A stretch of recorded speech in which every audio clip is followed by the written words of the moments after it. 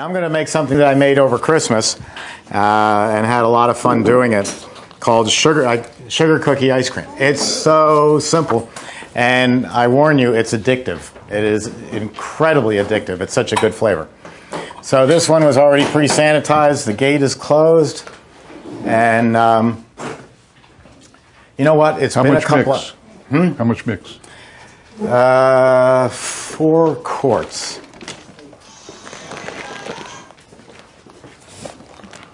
Yeah, 4 quarts of mix. You know what? It's been a couple hours. I think I'll re-sanitize just to play safe. It can't hurt.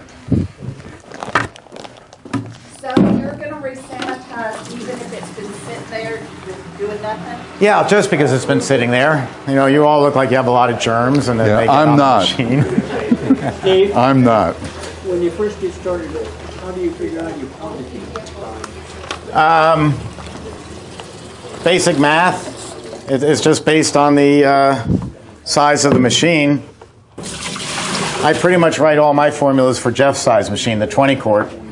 24.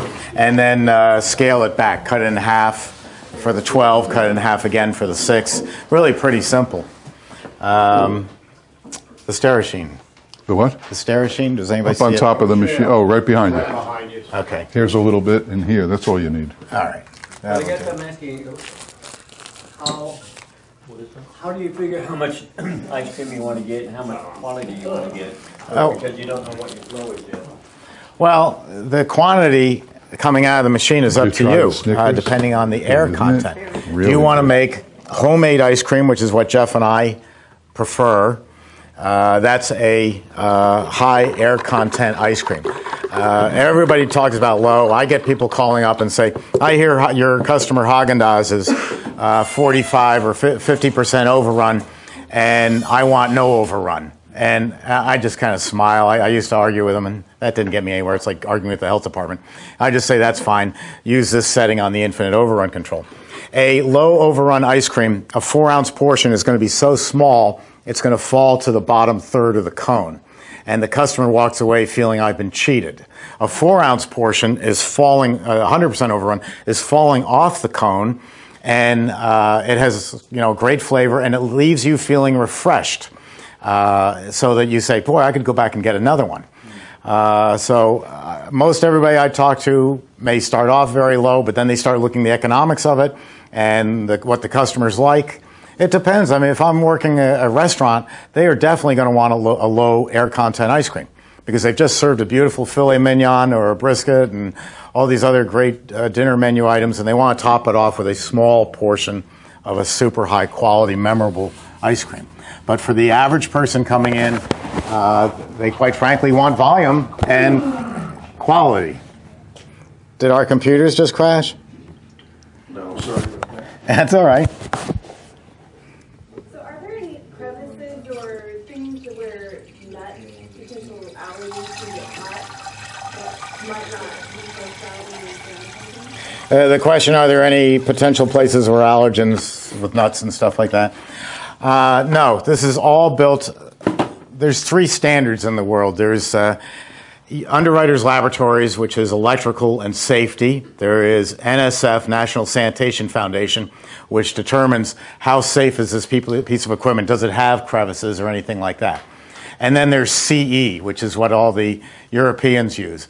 CE is just such a joke. It's embarrassing because CE is a promise that you as a manufacturer will build a nice machine. That's basically what it comes down to. And you pay them $400 a year. I pay $1,000 a month for spot inspections by Underwriter NSF to come in here and just all of a sudden invade the place and check. And if they find anything wrong, they fine us heavily. They don't find anything wrong. What they will find wrong is it's critical. There's a spool of wire that's 10,000 feet, and it gets reduced down to 500 feet for us. Well, if it doesn't have the UL sticker on it, that wire is not legal. That's how strict it is. But to answer the question, there are no nooks or crannies or crevices. But the way things are with peanut allergies, I would make peanut ice cream last at the end of the day, and nothing after that, because then I'm going to take the parts Either just wash them in the sink or put them in the dishwasher. I used to think that this peanut allergy thing, because I raised 4 kids, I thought this peanut allergy thing was, a bunch of helicopter parents, going overboard, until I spoke to a physician who had gone backwards. She became a pharmacist. And she said it's very, very true, and we're really inclined to think it's because we all use so many sanitizers that kill off all bacteria that when we all grew up, we're out playing in the dirt and mud and petting the dogs and the dogs licking us and all that stuff.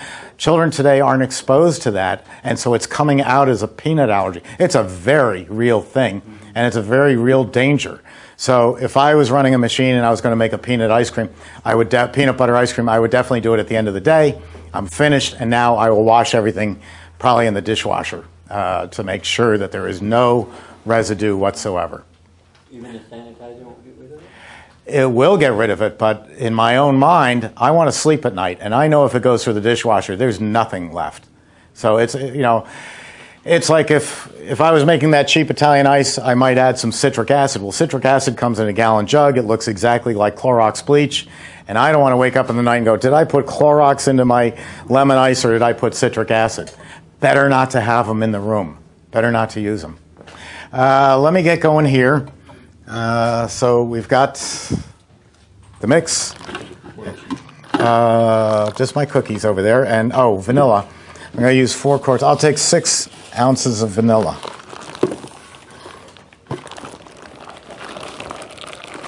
So a very simple recipe. I bought the cookies at this local supermarket, and you don't have to do anything to them. We got to open the bottle. That would be good. What are you doing? Trying to get a better handle on this. Why don't you just dump that in the machine? Because I don't trust it. These are sold by weight, so there can often be more. Insignificant. Gotta be precise some days. How many ounces of vanilla? 4, 5, 6. Jeff told me this. Everybody and everything is rated according to vanilla. When you get into the ice cream business and you go around other people's ice cream parlors, I guarantee you're going to walk in and buy vanilla. Why? Because vanilla is technically the cheapest ice cream you can make, and as Tom Carvel used to say, if they're cheating on the vanilla, you can be darn sure they're cheating on the maple walnut. So if they're making a great vanilla, then I have got a good indication that your whole store is great. What about if you get a marble slab and you have vanilla and sweet cream? Is that just like the base? Sweet cream is a guy at 11 o'clock at night who had been making ice cream all day, was totally exhausted, and forgot to put the vanilla into the ice cream. So rather than throw it out, he got a chalkboard and put, today's special, sweet cream ice cream. It's just the ice cream mix with no vanilla in it. And in some places, it's the most popular flavor. Wow. It was just a mistake, but it works. Normally you put extra vanilla in it, don't you? Yeah, let me just get this in and I'll tell you about the vanilla. Did you drain that? Yeah, dry, yeah. Thank you. That would be interesting. Yeah, I've done that before. That would be sugar cookie water ice. Bless you. How about that? Thank you very much.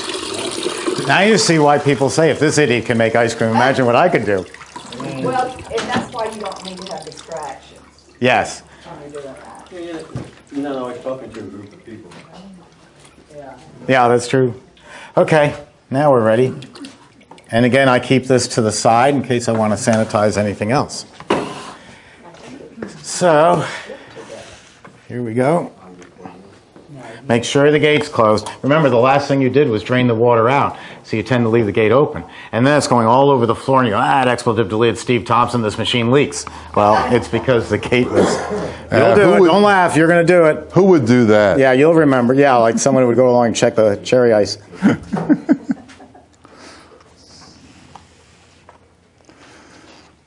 So quiet.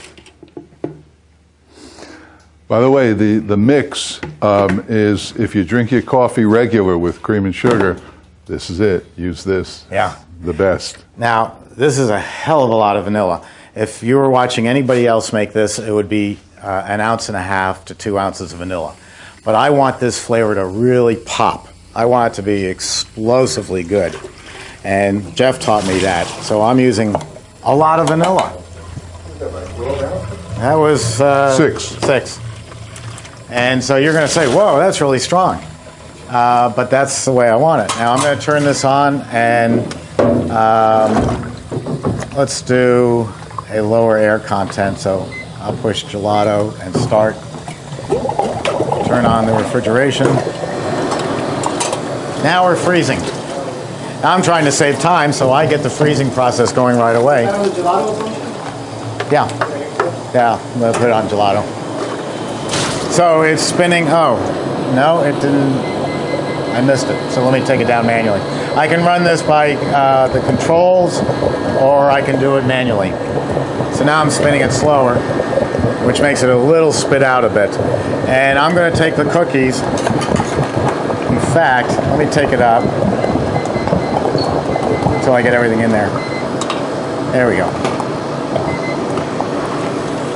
Now I'm just dumping these in. You can't do this with any other machine because the openings aren't large enough. And the openings aren't large enough because their freezing cylinders are so thin, they're afraid you'll damage the freezing cylinder. So they do not want you putting anything in. I'm sorry, say it again? No need. Because I want pieces. I want you to say, hey, look, I just got a piece of sugar cookie. So,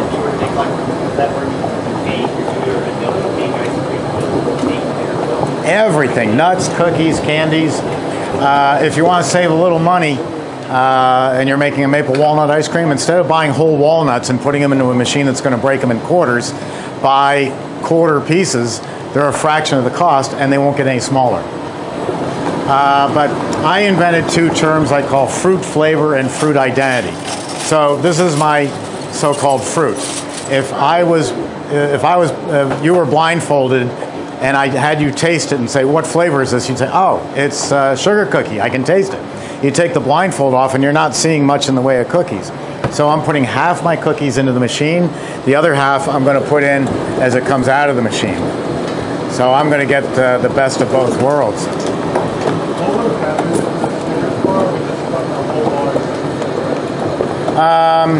I've done that, and you can get such irregular pieces that you might end up giving someone a piece that big, and that's not acceptable. Again, legal. You don't want them choking on it. So there's a lot of cookies. That should do well.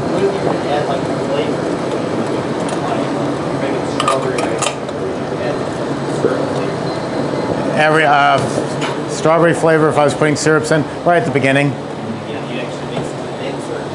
No, right in the machine. I do everything at the machine. It's just the simplest. Now, another question.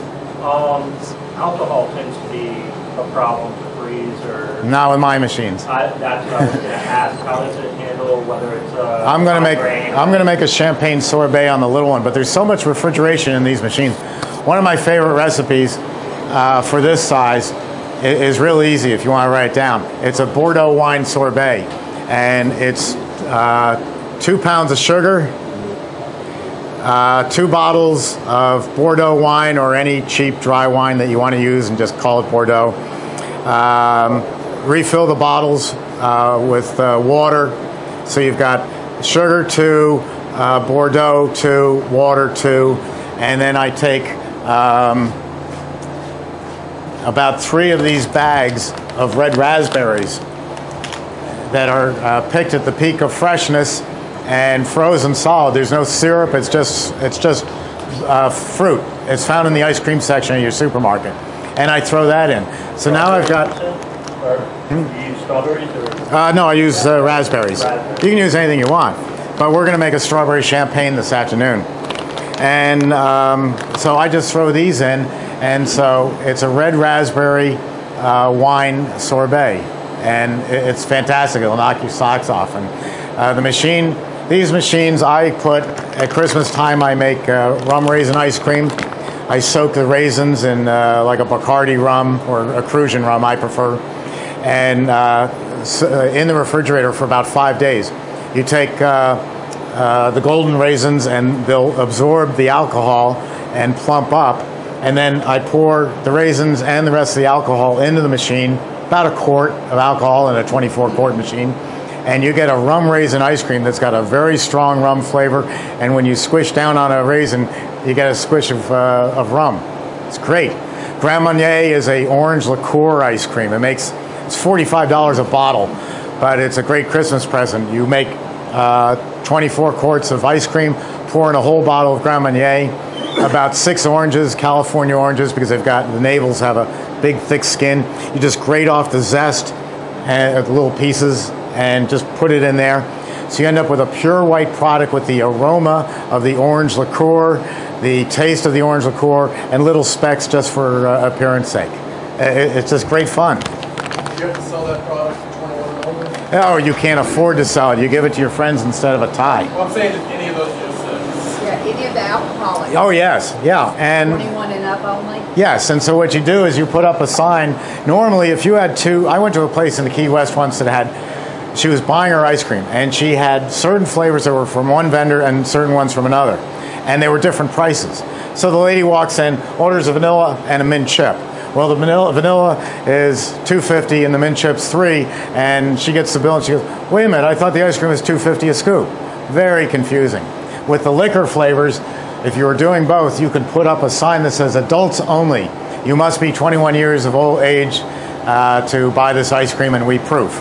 So you get an old fart like me walking in, you ask for ID, everybody laughs. You get a 16-year-old kid walking in, and he puffs himself up and says, I'd like the rum raisin ice cream, please. Okay, let's see your ID. Oh, well, I left it out in my car. I'll go get it. And then you never see him again. So it can be fun.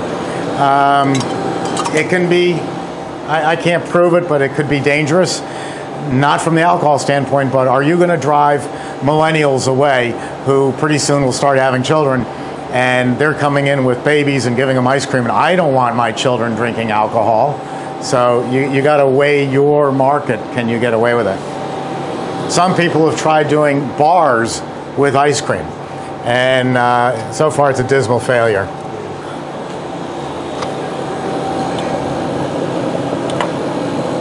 Okay, this is almost ready. Not all the cookie? Oh, you're going to put those in as they come out? I'll put it back in. I just don't have time yet. I'm going to break up the rest of my cookies into about 4 pieces and then just shake them in as it's coming out. what's the air content? Why not just What's the who? smash them? The air content. Cappuccini runs at 50%, 50% overrun. What they advertise is 25% air. So watch your terminology. And so I set mine at the same thing. Now this one, I ended up running it at super premium instead. And don't forget, if you're talking about air, 2 things. One, when you go to scoop the ice cream, you're going to knock 20% air out by the scooping action. And the other is, nobody ever walked out of an ice cream parlor and said, you know, that's the best damn air content I ever ate. Or, oh man, I can't wait to go back. I love their butterfat level. People say, oh, those sugar cookies were really good. People eat flavor. They don't eat air. They don't eat butterfat content. This is the cheapest, lowest butterfat level I can go and still call it ice cream. It's 10%. And the reason I do that is, I got to find my pans. Right behind you, sir, are some long pans. I just need a couple of those. What was I saying? I lost my train. Yeah, in New York, I'd be running 16% butterfat. Here in Florida, I run 10, because if you eat 16%, it's like going to Ruth Chris, having a giant filet mignon and stepping out into 100 degrees with 100% humidity. You're going to drop dead right there in the parking lot. Really bad for business. The body can't take all that fat. So I run a low fat down here and bolster it with a lot of flavor. And it's great. So I'm going to open this part way. It helps to have 4 hands or someone to help you. So how am I going to do this? They're trying to make me be in front of the camera.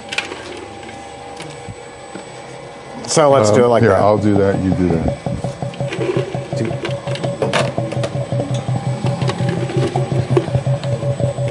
Now, I could get this out a lot faster, but I'm doing it slow so that I can add all this. Yes. Yeah, have an assistant. Have an assistant. Someone to help you.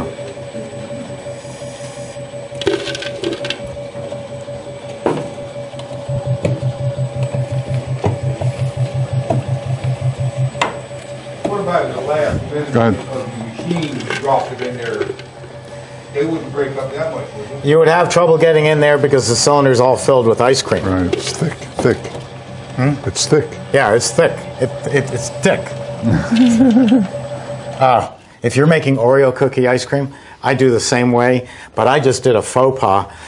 It's okay with this, but if this was Oreo cookie ice cream, I had Oreo cookie dust in the bottom, and I just poured it on top of the ice cream. Well, I'm a New Yorker. We know that's not Oreo cookie dust. That's dirt. So don't pour dirt on top of your ice cream, at least if you're in New York. All right, let's try this. I think you'll be surprised how great. And watch, it'll be on Jeff's menu in 2 weeks. And he'll claim that he invented it. Which is fine by me because it keeps him coming back. So will this video be, you'll have it up? I'm sorry? The video that he's videoing? Yeah, Okay. this will be up about a week. Strictly in terms of taste, what do you think would taste better, the 10% or the 16 or the 12 or the 14? I mean, ignoring the fat. If I was going to make an ice cream for myself, it would be 14%. Right? That's your sweet. What Yeah. about you, Jeff? What's your preference? You're a 10 But see, I'm a 10 because I'm here in Florida, and I want it refreshing. because it's too hot. It's too hot. Yeah, you want something less dense. You know, in the old days, when you bought ice cream, they would hand you a glass of water because ice cream makes you thirsty. Kind of reminds me of our banana pudding ice cream. There you go. What about a temperate climate like the Pacific Northwest? It all depends on personal taste of the public. See what's selling.